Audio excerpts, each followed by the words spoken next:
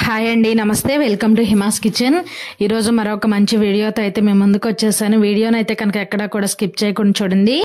ఇక్కడ చూడండి, మా బాబుకైతే బాలమెరుపు అంటారు కదా, అలా వచ్చి హెయిర్ అంతా కూడా బాగా వైట్ గా వచ్చేసిందండి. అయితే స్కూల్లో పిల్లలు వైట్ హెయిర్ ఉందని కొంచెం ఎగతాళి చేస్తున్నారని చెప్పి ఏడుస్తూ ఉన్నాడు. అయితే నేను గూగుల్లో అయితే సెర్చ్ చేశానండి.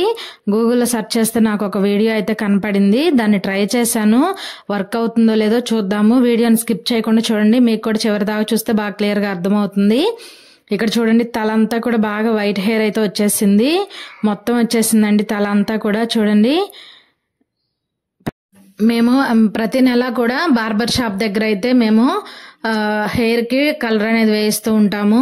అవి కెమికల్స్ తో కూడినవి కదండి. ఇప్పటి నుంచే కలర్స్ అనేవి కెమికల్ తో కూడిన కలర్స్ వేయించడం ఎందుకులే అని చెప్పేసి ఆపేసాము.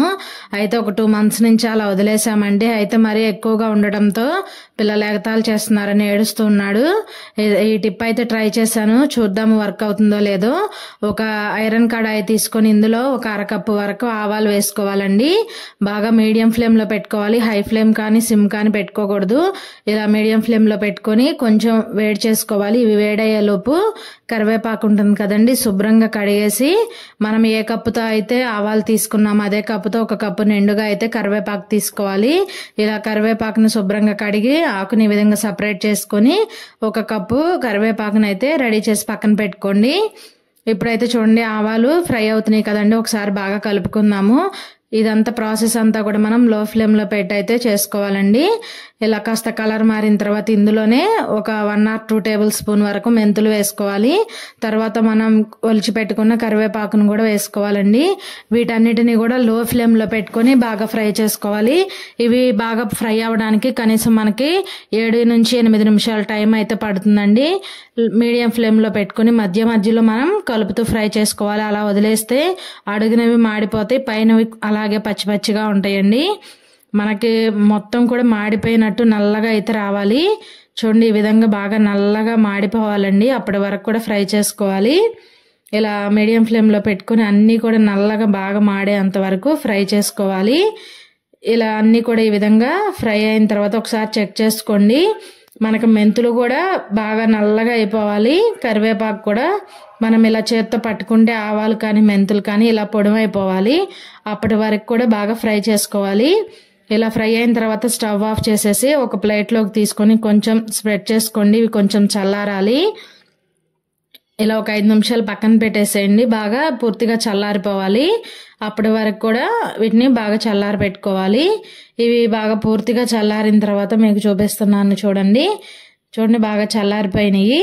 ఇలా నలిపితే చూడండి బాగా పొడుము అవ్వాలి. అంతవరకు కూడా మనం వీటిని ఫ్రై చేసుకొని చక్కగా చల్లారి పెట్టుకోవాలి. కరివేపాకు కూడా చూడండి, మనకి ఇలా ఆకును పట్టుకొని నలిపితే మనకి మెత్తగా పౌడర్ లాగా అవ్వాలి.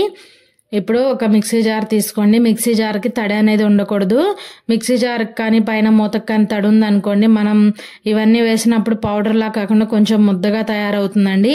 మనకి పౌడర్ లాగా రావాలి. కాబట్టి మిక్సీ జార్కి మూతకి తడి అనేది లేకుండా చూసుకోండి.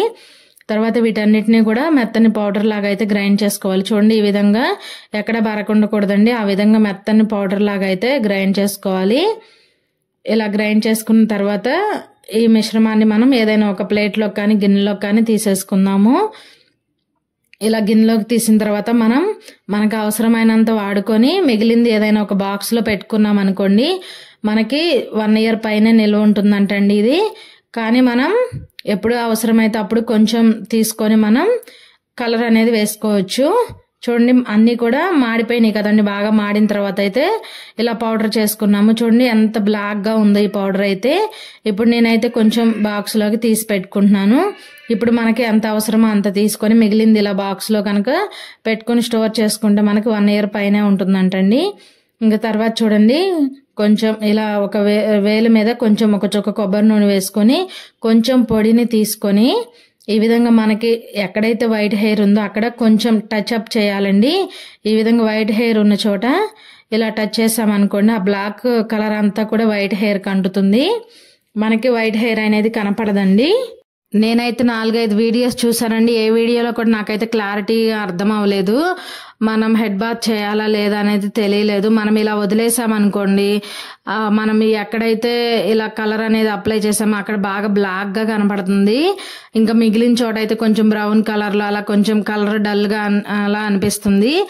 మరి హెడ్ బాత్ చేస్తే ఈ మనం అప్లై చేసిన ఈ కలర్ ఉంటుందో పోతుందో చూద్దామండి. ఇంకా చెయ్యి కడిగిన తర్వాత అయితే చేతికి అసలు ఏం అంటుకోలేదండి. మరి అంతా కూడా మనం ఆ హెయిర్ కి అప్లై చేసిన తర్వాత ఆయిల్ వేసాం కాబట్టి కొంచెం చెయ్యి అనేది జిడ్డు జిడ్డుగా ఉంది. కలర్ అనేది ఈజీగా అయితే పోయిందండి. చూద్దాము, మా బాబుకి కూడా పెట్టి చూస్తాను. మా బాబుకి అయితే ఇంకా బాగా తల అంతా కూడా వైట్ హెయిర్ ఉంది కాబట్టి ఇలా కొంచెం వేప నూనె కానీ నువ్వుల నూనె కానీ లేదా కొబ్బరి నూనె కానీ మన ఇంట్లో ఏదో మనం హెయిర్ కి ఏ ఆయిల్ అయితే యూజ్ చేస్తామో ఆయిల్ వేసి కలపాలండి. ఇలా కలిపిన తర్వాత చేతులకు అప్లై చేస్తే చూడండి ఎంత నల్లగా ఉందో. మరి మనం ఆయిల్ వేసి కలపడం వల్ల ఇలా ఈ కలర్ ఉందో మరి చూద్దాం అసలు ఎలా ఉంటుందో. అసలు చేతులకు అప్లై చేస్తే మాత్రం చూడండి ఎంత బ్లాక్ కలర్ లో ఉన్నాయో. ఇప్పుడు ఇంక మా బాబుకి అయితే రాస్తున్నానండి. ఇలా చేత్తోనే కొంచెం కొంచెం తీసుకొని ఇలా పాయలుగా తీస్తూ ఎక్కడైతే వైట్ హెయిర్ ఉందో మొత్తం మా బాబుకి తలంతా ఉంది కదండి, ఇంకా తలంతా కూడా నేను ఈ మిశ్రమాన్ని బాగా అయితే అప్లై చేసేస్తాను. బ్రష్ ఉంటే బ్రష్ తో చేయొచ్చండి. నా దగ్గర అయితే బ్రష్ లేదు కాబట్టి ఈ విధంగా చేత్తోనే కొంచెం కొంచెం తీసుకొని ఇలా పాయలుగా తీస్తూ తల అంతా కూడా ఈ విధంగా నేను మనం ప్రిపేర్ చేసిన ఈ పౌడర్ని అయితే ఆయిల్లో కలిపాం కదండి, ఈ మిశ్రమాన్ని అయితే హెయిర్ అంతా కూడా అప్లై చేసేసాను. ఇలా అప్లై చేసిన తర్వాత 4 గంటలు అయితే నేను అలా వదిలేసానండి. గంటకు ఒకసారి చూస్తూ ఉన్నా ఆరిపోతుందేమో అని, అస్సలు ఆరట్లేదు. ఎందుకంటే మనం ఆయిల్లో కలిపి అప్లై చేసి రాసాం కాబట్టి మనం ఎప్పుడు వేళ్ళు పెట్టినా కూడా చేతి నిండా అంటుతుందండి. కాబట్టి నేనైతే 4 గంటలు అలా వదిలేసాను. చూడండి హెయిర్ అంతా కూడా బాగా ఈ విధంగా అయితే అప్లై చేసేసానండి. మొత్తం నేను కలిపిన మిశ్రమం అయితే సరిపోలేదు. మళ్ళీ కూడా ఇంకో 2 టేబుల్ స్పూన్ల పౌడర్ వేసి కొంచెం ఆయిల్ వేసేసి మొత్తం అయితే కలిపేసి ఈ విధంగా తలంతా కూడా మొత్తం అసలు ఎక్కడ కూడా గ్యాప్ అనేది లేకుండా హెయిర్ అంతా కూడా పట్టించేసానండి. ఇలా పట్టించి ఇంకా ఒక 4 గంటలు అలా వదిలేసాను. ఇక నా చెయ్యి అయితే చూడండి ఈ విధంగా ఉంది.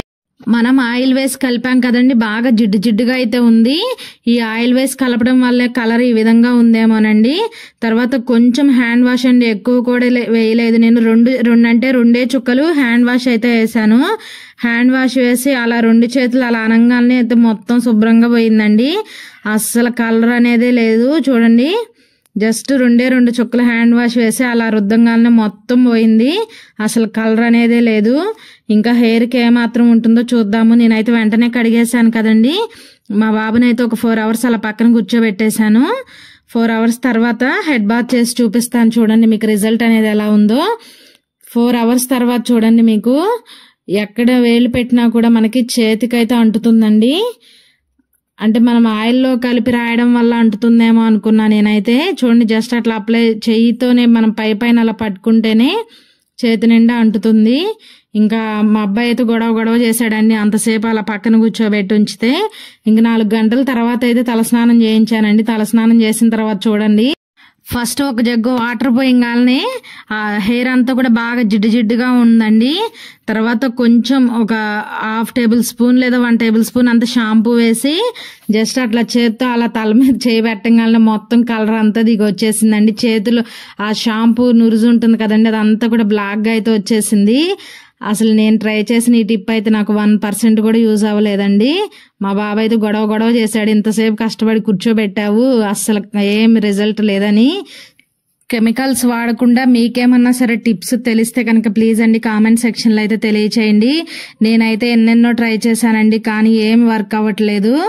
మీకేమన్నా తెలిస్తే ప్లీజ్ అండి కామెంట్ సెక్షన్ లో అయితే తెలియచేయండి. వీడియో నచ్చితే లైక్ చేసి షేర్ చేసి మన ఛానల్ ని సబ్స్క్రైబ్ చేయడం అస్సలు మర్చిపోవద్దు. Thanks for watching video.